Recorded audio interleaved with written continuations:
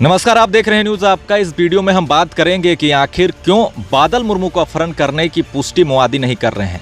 छत्तीसगढ़ में अपहरण कर जवानों को छोड़ दिया जाता है, अपहरण की पुष्टि भी वहां के मोआदी कर देते हैं, मगर बादल मुर्मू केस में ऐसा हुआ क्यों नहीं? कौन सी ऐसी गलतियां प्रशासन ने किया जिसके वजह से बादल मुर्मू आज भी जंगलों में नक्सलियों के कब्जे में है? कई तरह के सवाल हैं जिसका जवाब आपको इस वीडियो में मिल जाएगा, मगर सबसे पहले हम बात करेंगे इसी तरह के एक बहुचर्चित अपहरण केस के बारे में जो कि छत्तीसगढ़ में हुआ था। 3 अप्रैल 2021 को छत्तीसगढ़ के बीजापुर जिले के तर्रेम थाना क्षेत्र अंतर्गत टेकलगुड़ा गांव के पास करीब 300 से 400 नक्सलियों ने जवानों पर अंधाधुंध फायरिंग शुरू कर दिया था। एक बड़ा मुठभेड़ हुआ था जिसमें सीआरपीएफ कोबरा 210 बटालियन के 22 जवान मौके पर शहीद हो गए थे और 30 जवान घायल हुए थे। उसी मुठभेड़ में कोबरा का एक जवान राकेश्वर सिंह मन्हास मूर्छित पड़ा हुआ था, जिसका अपहरण माओवादियों ने कर दिया। जवान का 2 दिन तक कुछ पता नहीं चल पा रहा था। परिवार वालों को जवान के लापता होने की जानकारी सीआरपीएफ के तरफ से नहीं बताई गई थी। जवान के मिसिंग होने की जानकारी तब तक सिर्फ सीआरपीएफ वालों को ही मालूम थी, मगर अचानक 6 अप्रैल को माओवादियों ने एक प्रेस नोट जारी कर दिया जो कि दंडकार्य स्पेशल जोनल कमेटी की ओर से था। जारी प्रेस नोट में जो कि 2 पेज की थी, उसमें जवान के कब्जे होने की बात बताई गई और कहा गया था कि सरकार पहले मध्यस्थीय नियुक्त करे, तब कोबरा कमांडो राकेश्वर सिंह मन्हास को रिहाई करेंगे। इस मामले में जवान का अपहरण मुठभेड़ के दौरान हुआ। बादल मुर्मू का अपहरण उस वक्त हुआ जब उसे अकेले ही उस जगह पर भेजा गया जहां नक्सलियों का गतिविधि काफी ज्यादा था। बादल अकेला था और कैंप निर्माण को लेकर जानकारी इकट्ठा करने उसे वहां भेजा गया था। कोबरा जवान राकेश्वर सिंह के अपहरण मामले में माओवादियों ने पत्रकारों को बकायदा फोन कॉल कर जवान के कब्जे में होने की बात बताई थी और पत्रकारों द्वारा उसका फोटो मांगा गया तो माओवादियों ने उसकी फोटो भी, ये वाली जो फोटो है, उसे भेज दी थी। उसके बाद छत्तीसगढ़ के सभी आला अधिकारी, वहां के मुख्यमंत्री तक जवान को छुड़ाने में लग गए थे। बादल मुर्मू के केस में 197 बटालियन सीआरपीएफ कमांडेंट द्वारा झूठ बोल दिया गया कि जवान तो कैंप में था ही नहीं। उसके बाद थाने में जाकर भगोड़ा घोषित कर दिया गया।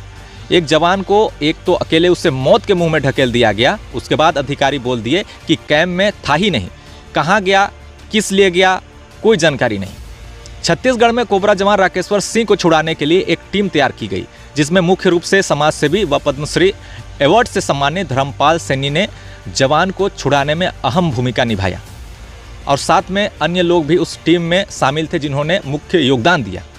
पूरा सरकार ही जवान को छुड़ाने में लग गई थी, मगर बादल मुर्मू के केस में बादल की पत्नी को कई दिनों तक जमीन में बैठकर धरना देना पड़ा। पूरा परिवार को विधायक, मंत्री, बड़े बड़े अधिकारियों के पैर में गिरकर गिड़गिड़ाना पड़ा, मगर कोई भी कहीं से कुछ भी मदद नहीं मिला। ना कोई समाजसेवी सामने आया, ना कोई मंत्री सामने आया। बादल मुर्मू की पत्नी सीआरपीएफ डीजी सुजोय लाल थाउजेन के पैरों में गिरकर गिड़गिड़ाते हुए, रोते हुए अपने पति को छुड़ाने की गुहार लगाई, मगर अब तक कोई मदद नहीं मिला।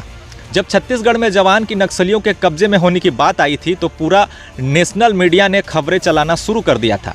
वहां के मुख्यमंत्री भी सामने आकर जवान को छुड़ाने की बात कह रहे थे, मगर बादल मुर्मू केस में देखिए, जवान को नक्सलियों ने अपने कब्जे में लिया, मगर सीआरपीएफ 197 बटालियन कमांडेंट ने इस केस को ही रहस्यमय बना दिया। जवान को ढूंढने की बात तो दूर, उसका वेतन भी बंद कर दिया गया।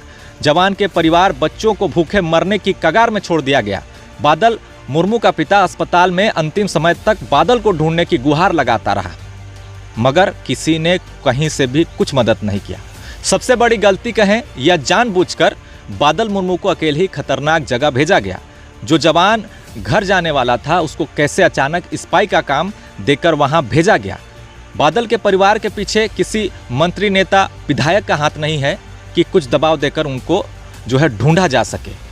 बादल तो एक गरीब आदिवासी परिवार से आता है जो कि अपने बच्चे परिवार को अच्छी जिंदगी देने के लिए सेना में बहाली हुआ था, लेकिन आप खुद देखिए, सब लोग खामोश हो गए हैं। जिस राज्य का मुख्यमंत्री आदिवासी हो, जिस देश का राष्ट्रपति आदिवासी हो, विधायक आदिवासी हो, मगर एक आदिवासी जवान को ढूंढने में किसने क्या मदद किया, आप खुद सोच सकते हैं। जब चुनाव आएगा तो आदिवासी आदिवासी बोलकर वोट लेंगे, कुर्सी में आएंगे और वही आदिवासियों को लूटने में लग जाएंगे। आप खुद देख सकते हैं कोल्हान में जो आदिवासी हैं उनका हाल आज क्या है। माओवादी इसलिए अभी तक अपहरण की पुष्टि नहीं किए क्योंकि उन्हें बादल की जरूरत है। बादल एक तो सीआरपीएफ का जवान है, दूसरा कोबरा का जवान रह चुका है। और अभी के नक्सल अभियान में देखा जाए तो सबसे ज़्यादा कोबरा के जवान ही जंगलों के अंदर जाकर सर्च ऑपरेशन जो है चला रहे हैं। ऐसे में माओवादियों को सारी टेक्टिक्स कोबरा जवानों की बादल मुर्मू से मिल जा रही है। नक्सल अभियान में बादल मुर्मू छत्तीसगढ़ में काम कर चुका है, सारी जानकारियाँ उसके पास है, इसलिए माओवादी उससे अपने साथ ही रखना चाह रहे हैं। ऊपर से जब ज़रूरत पड़ेगी तो सरकार से मांग भी कर सकते हैं, खुद को जब वो घेरता हुआ देखेंगे तब। क्योंकि बड़े बड़े जो इनामी नक्सली हैं, खास तौर पे देखा जाए तो 1 करोड़ इनामी नक्सली, सभी लोग कोल्हान के जंगलों में घूम रहे हैं, जंगलों के अंदर, और बादल भी उसी दस्ते में है। और इसी वजह से जब ज़रूरत पड़ेगी तो एक सेंट्रल लेवल का जवान को सामने रख कर कई तरह की बार्गेनिंग भी कर सकते हैं। और यही वजह है कि अभी तक जो है माओवादी इसकी पुष्टि बादल की नहीं कर पा रहे हैं। तो आपने देखा कि इस तरीके से जब छत्तीसगढ़ में जवान अपहरण हो जाता है तो उसे छुड़ाने के लिए पूरा सरकारी तंत्र लग जाता है, सुरक्षा बल के जवान लग जाते हैं। वहीं झारखंड में जब एक आदिवासी सीआरपीएफ का जवान बादल मुर्मू गायब हो जाता है तो उसे छुड़ाने के लिए न यहाँ के कोई भी, ना विधायक, ना मंत्री, ना नेता, ना ही कोई अधिकारी सही रूप से काम करते हैं।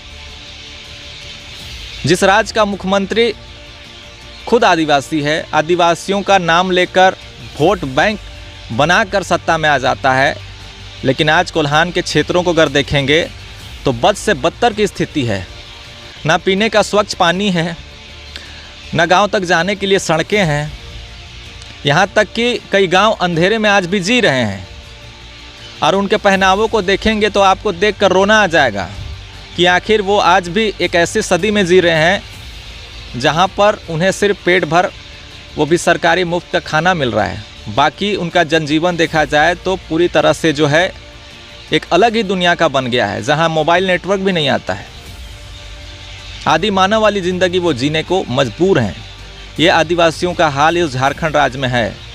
तो ये उम्मीद तो हम नहीं कर सकते हैं कि ऐसे सरकार जो है छुड़ाने में कोई मदद करेगी, लेकिन इतना हम उम्मीद ज़रूर करते हैं कि अगर जनता चाहे, जिस आसपास के गांव वाले जो लोग हैं वे चाहें तो बादल मुर्मू आसानी से लाया जा सकता है।